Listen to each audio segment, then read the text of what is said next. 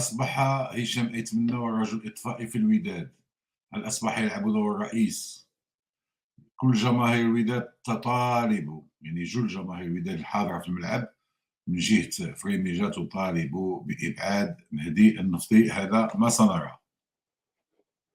ساكن في الميريكان ولا في كندا ولا في اسبانيا، فرنسا، انجلترا، هولندا، بلجيكا، المانيا ولا الانجليز، يمكن لك تمشي دابا تيليشارجي طاب ساند اما في ابل ستور ولا في جوجل بلاي. عندك واحد البونوس ديال 5 اورو في اوروبا و10 اورو 10 دولار في الميريكان بالكود برومو او بي 23. توصل يعني السيده اللي صيفطتي لها باس ام اس، تمشي لكاش بلوس قريبه ليها وتدخل الفلوس ديالها اللي بغات في بسهوله. يمكن لكم تصيفطوا 3000 اورو، يمكن لكم تصيفطوا مباشره في اي كونت ديال تجاري وفاء بنك.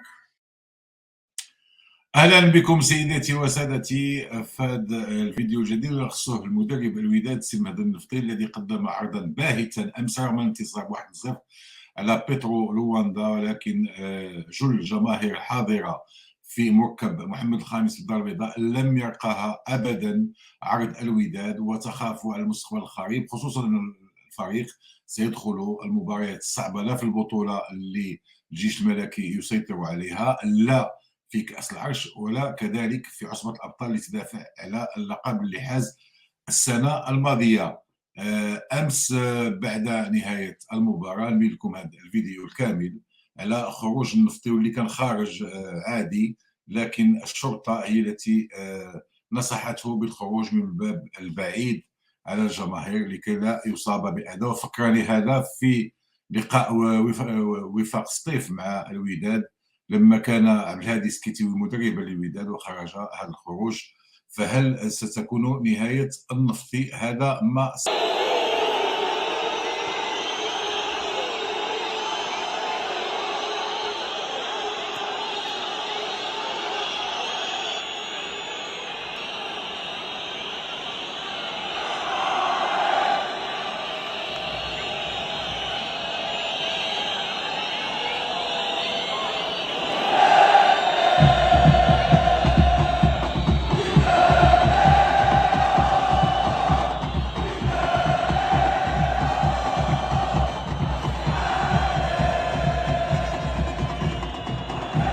النفطي خروج ماشي هو هذاك البح من مركب محمد الخامس. الجمهور ساخط، الجمهور غاضب على العروض التي تقدمها الوداد. الان واش الجمهور حس بان ابعاد عموته في ذاك الوقت في نوفمبر الماضي كان خطا؟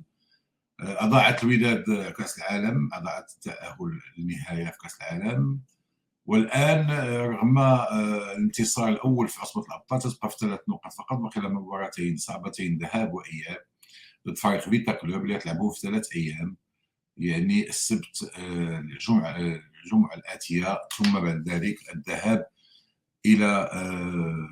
الى بيترو باش تلعب الجوله المباراه يعني المتاخره على الجوله الواحد.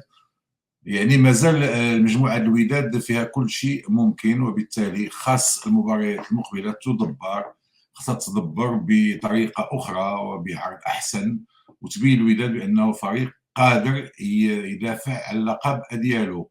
البارح كنا ننتظر سعيد الناصري، لكن هشام أيتمنى هو الذي اطلع علينا وحاول بشتى الوسائل تهدئه الاوضاع وطمأنة الجمهور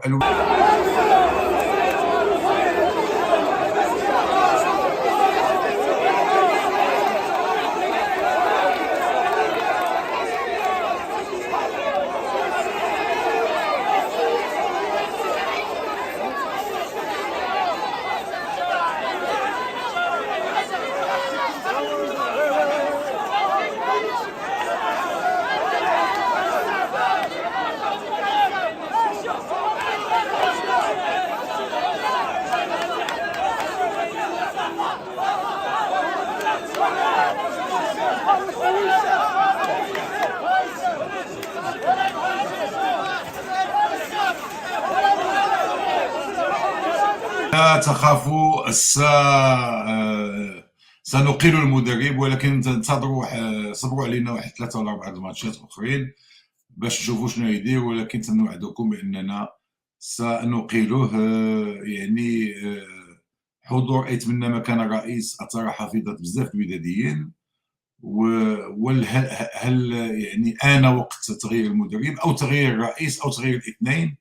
هذا ما سنراه من الايام القليله. المهم اللي كاين هو ان الجمهور الودادي يطالب باقاله المهدي النفطي، فإلى متى سيصبر المهدي النفطي؟ هذا ما سنراه. شكرا على تتبعكم الحلقة، وإلى اللقاء في فيديو قادم بحول الله. شكرا لكم جميعا.